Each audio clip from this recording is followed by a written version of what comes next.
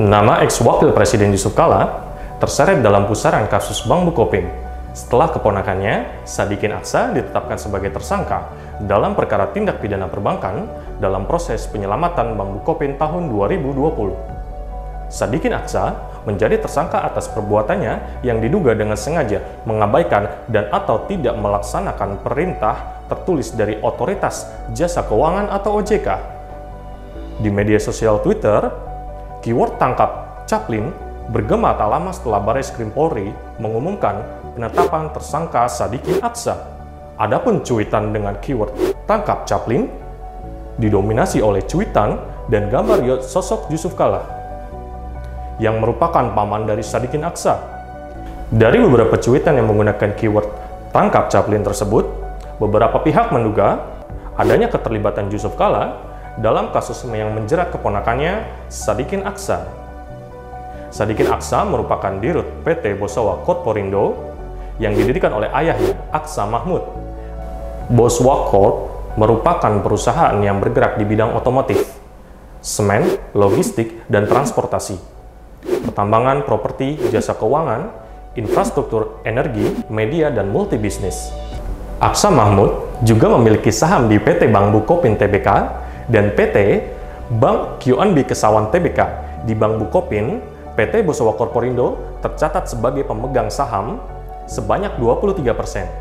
Sejak bulan Mei 2018, PT Bank Bukopin Tbk telah ditetapkan sebagai bank dalam pengawasan insentif oleh OJK karena permasalahannya tekanan likuiditas.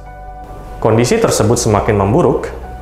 Sejak bulan Januari hingga Juli 2020, OJK telah mengeluarkan kebijakan dalam rangka upaya penyelamatan Bukopin, diantaranya memberikan perintah tertulis kepada Dirut PT Bosowa Corporindo atas nama Sadikin Aksa melalui surat OJK pada tanggal 9 Juli 2020. Surat itu berisikan tentang perintah tertulis pemberian kuasa khusus kepada tim Technical Assistance dari PT BRI untuk dapat menghadiri dan menggunakan hak suara dalam rapat umum pemegang saham luar biasa PT Bank Bukopin Tbk dengan batas waktu pemberian kuasa dan penyampaian laporan pemberian surat kuasa kepada OJK paling lambat 31 Juli 2020. Akan tetapi, PT Bosowa Corporindo tidak melaksanakan perintah tertulis tersebut, kata Direktur Tindak Pidana Ekonomi Khusus Dirtipideksus Bareskrim Polri, Brigjen Pol Helmi Santika.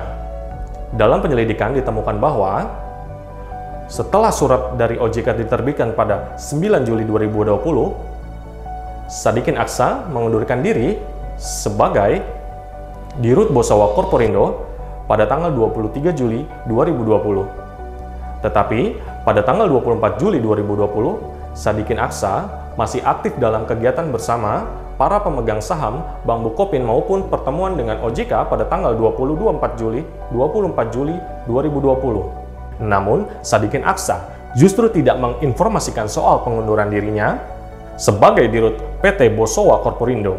Tidak hanya itu, Sadikin Aksa pada tanggal 27 Juli 2020 juga mengirimkan foto surat kuasa melalui aplikasi WhatsApp kepada Dirut Bank Bukopin dengan mencantumkan jabatannya sebagai Dirut Bosowa Corporindo. Atas dasar inilah, Bareskrim menjadikan Sadikin Aksa sebagai tersangka. Ia diduga melanggar pasal 54 UU nomor 21 tahun 2011 tentang OJK. Hukuman penjara paling singkat 2 tahun dan denda paling sedikit 5 miliar atau pidana penjara paling lama 6 tahun dan pidana denda paling banyak 15 miliar.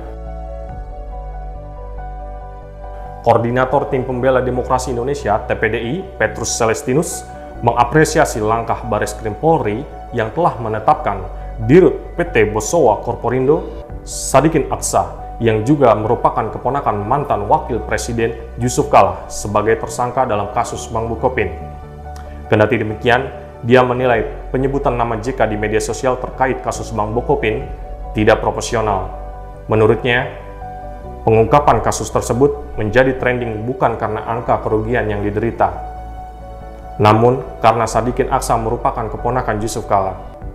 Petrus mengatakan, jika Barreskrim Mabes Polri melakukan penyidikan hanya pada aspek tindak pidana perbankan dengan melibatkan otoritas jasa keuangan, maka Komisi Pemberantasan Korupsi harus proaktif menyelidiki aspek tindak pidana korupsi tersebut. Alasannya, kata Petrus, Bank Bukopin merupakan perusahaan negara. Dengan demikian, KPK tidak boleh terpaku pada aktivitas OTT atau hanya sekedar mensupervisi langkah Barreskrim.